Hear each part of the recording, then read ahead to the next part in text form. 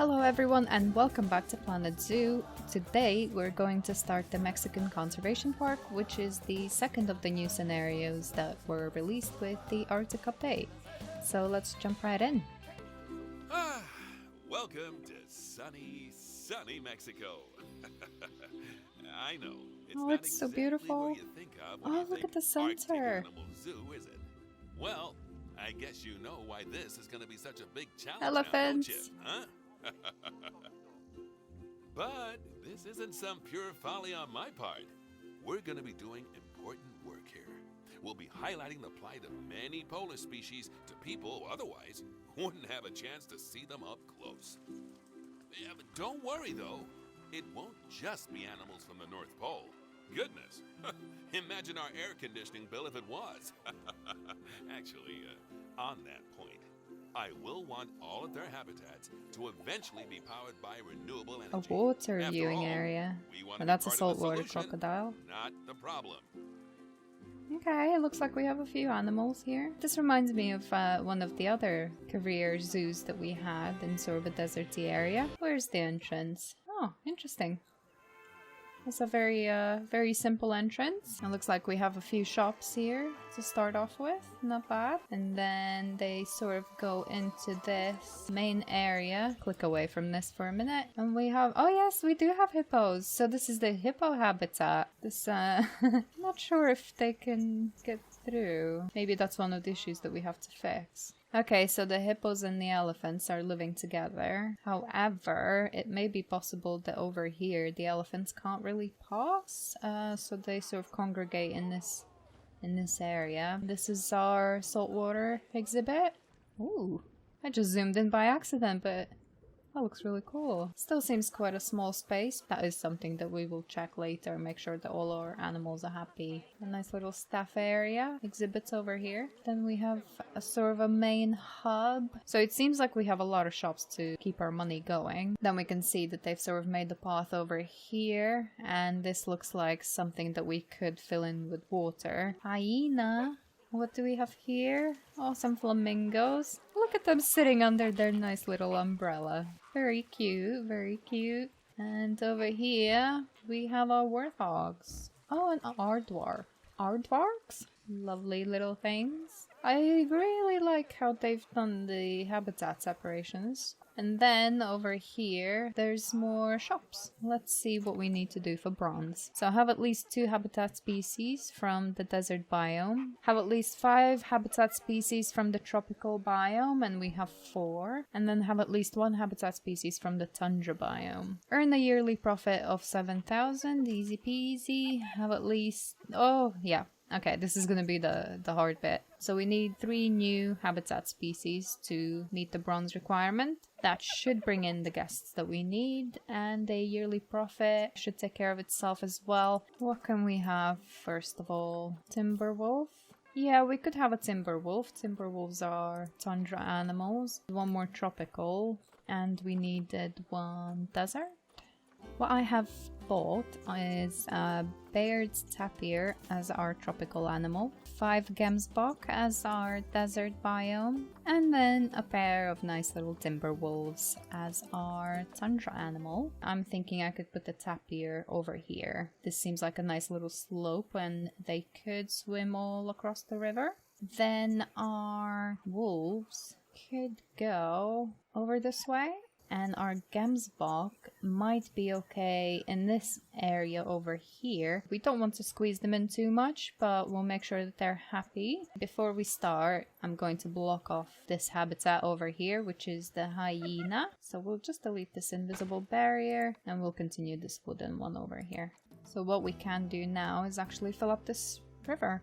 Whilst I was setting up work zones, I also noticed we had way too many staff, so what I have done, I fired 2 vets, and then I also fired 5 security guards. You don't need that many for a park that's the size that it is currently, fired 5 caretakers. 5 should be enough to take care of the space that we have currently. So the first work zone that I have made is going to be for our elephants and our hippo habitat. I did see that there was just this one lonely staff room over here, so what I have done is I flattened the foundation a little bit and I put in 2 keeper huts. So for now, these 2 habitats are going to be a-okay and well taken care of. So what we'll do is we'll set our next work zones, and once all of that has been finished, we will move in our tapirs.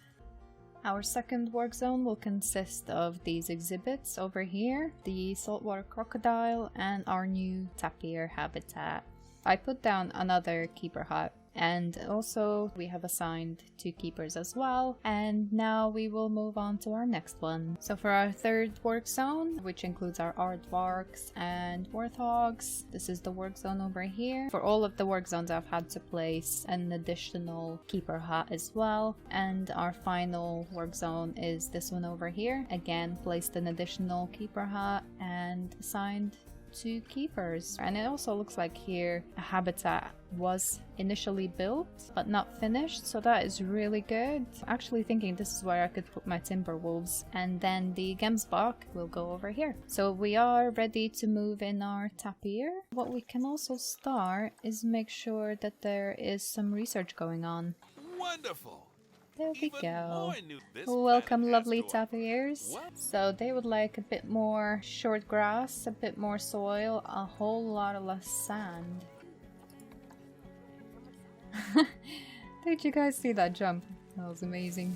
And there we go. At the moment, this is our little tapir habitat, and they have plenty of enrichments. And actually, we have really gone up in money now, so what I can do is I can place down an additional research center. And what I will work on next, I think, is the gemsbok. I will flatten this slightly so that they do have nice access to water. They do like to swim a little, I believe, although I don't think they need it. And this area is actually going to be perfect for our timber wolves because they do love a lot of space.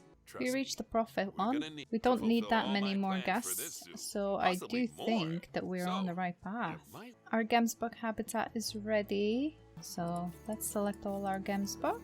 Send to zoo. Our gemsbok are here, and we are well on our way to achieving bronze. All we have to do is just get a couple more guests in and put in our wolves, and that will do it for the bronze. We will need to put down an additional hard shelter, which is no problem at all. There we go! We met our guests as well. Yes, one last thing is to put in our wolf and we will be done with this one.